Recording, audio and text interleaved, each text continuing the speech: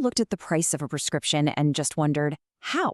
How can the same medicine cost a few bucks in another country but hundreds of dollars here in the United States? It's a huge question in American healthcare. So today, we're going to break it down and see exactly where the money goes. Okay, first things first, let's just look at the raw numbers. This chart from the Commonwealth Fund says it all. The US is a massive outlier. On average, people in the States spend over $1,000 a year on prescriptions. That is way, way higher than what people in other wealthy countries spend. It's an absolutely staggering difference. So the big question is, why? The answer you'll almost always hear is that it's the price of innovation, right? The argument is that these high prices are what fund the research and development that leads to amazing new drugs. But is that really the whole picture? Well, let's check the data. A major study looked at 20 years of financial reports from 15 of the biggest drug companies, and what they found is pretty revealing. Between 1999 and 2018, these companies spent a whopping $1.4 trillion on R&D. But get this, they spent even more, $2.2 trillion on sales, marketing, and administration. So that price of innovation argument, it starts to look a little shaky. The real story, it turns out, is this tangled web of laws, backroom deals, and some really powerful middlemen. To actually understand why your prescriptions cost what they do, we have to do one thing. We have to follow the money. And the whole thing really starts with the foundation of the drug market, the patent system. You can think of it as the official rulebook that decides who gets to sell a drug and for how long they have it all to themselves. The key piece of the rulebook here is a law called the Hatch-Waxman Act from 1984. The goal was to strike a kind of grand bargain. It was supposed to be a win-win. Reward the companies that invent new drugs with a monopoly for a while, but then make it super easy for cheaper, generic versions to hit the market as soon as that monopoly is over.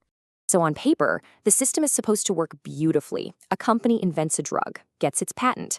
As that patent gets close to expiring, a generic company gets ready to launch its own version. Then boom, the patent expires, competition starts, and prices go down. The law even gives a little bonus to the first generic company that challenges a patent, giving them 180 days of being the only generic on the market. It's all designed to create a clear road to affordability. But you know how it goes, that beautiful, clear road? Well, it turns out there are some very expensive detours. And this is where things get really interesting and really costly for consumers. So picture this. A big brand name company is about to face competition from a cheaper generic. They could fight it out in court, or they could make a deal. It turns out, sometimes it's way more profitable to just pay your competition to, well, stay away. This has a name, and it's a pretty blunt one. Pay for delay. It is literally what it sounds like. The brand name company pays the generic company to settle a lawsuit and hold off on launching their cheaper drug. The brand gets to keep its monopoly, the generic company gets a nice payday without selling a thing. Everybody wins. Well, not everybody. So who loses in this cozy arrangement? You guessed it, we do. The Federal Trade Commission, the FTC, actually put a price tag on this. These deals cost American consumers about $3.5 billion every single year. And what does that mean for you, waiting for a cheaper prescription? It means a long wait. On average, a pay-for-delay deal keeps that more affordable generic drug off the shelves for almost 17 months. That's nearly a year and a half of paying top dollar when a cheaper option could have been there all along. Okay, so these patent games are a huge piece of the puzzle, but they're not the only piece. There's another major player in this system, one that's incredibly powerful but often works completely behind the scenes. Let me introduce you to the Pharmacy Benefit Manager, or PBM. These are the companies your insurer hires to manage your drug benefits. Think of them as the gatekeepers who negotiate with drug makers to decide which medicines get covered and what the price will be. Now, you'd probably think there are lots of these PBMs competing, right? Not really. The market is, wow, it is concentrated. Just three giant PBMs, that's CVS Caremark, Express Scripts, and Optum Rx, control about 80% of the entire market. That gives them an unbelievable amount of power. And with that kind of power, they can use some interesting strategies. One is called spread pricing. Here's how it works. The PBM tells your health plan that a drug costs, let's say, $45. Then they turn around and only pay the pharmacy that actually gave you the drug $30. That $15 difference, the spread? Yep, they just pocket it. But wait, it gets even more tangled. Because then you have to ask, who actually owns these giant PBMs? And the answer is the giant insurance companies. CVS Health owns Aetna, the insurer, and Caremark, the PBM. Cigna owns Express Scripts. United Health Group owns Optum Rx. It's called vertical integration, and it creates this massive potential conflict of interest where one enormous company can control your insurance, your pharmacy benefits, and the pharmacy you use. So, after all of this, the patent laws, the backroom deals, these powerful middlemen, what does it all actually boil down to for a regular person just trying to get their medicine? Who really ends up paying the price? And the price is very, very real.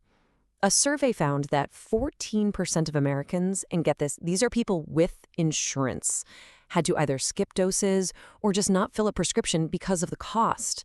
That's a huge number of people being forced to choose between their health and their finances. And that financial burden is no joke. The FTC put a really sharp point on this. They calculated that because of those pay-for-delay deals we talked about, a person could end up paying as much as $270 extra every single month for medication. Over that average 17-month delay, that's nearly $4,600, just gone. Okay, so let's take a step back.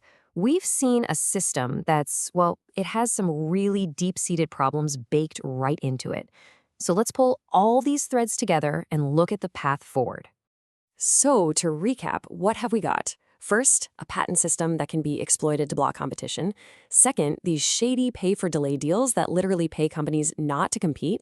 Third, you've got this insane consolidation of power in the PBM industry.